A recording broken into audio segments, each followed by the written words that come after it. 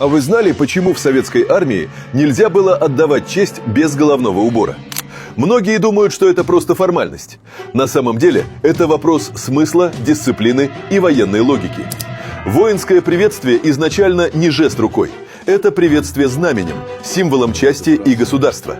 А в советской традиции этот символ всегда был связан с головным убором – фуражкой, пилоткой, каской. Без головного убора солдат считался не в строевом состоянии. Он как бы вне ритуала.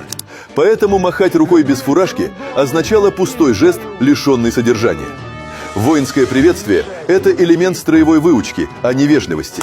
Если солдат без головного убора, значит он либо в помещении, либо на отдыхе, либо выполняет хозяйственные задачи. В таких условиях приветствие заменялось докладом, словом или кивком, но не жестом рукой. И еще один важный момент. Отдавая честь, солдат показывает не себя, а принадлежность к армии.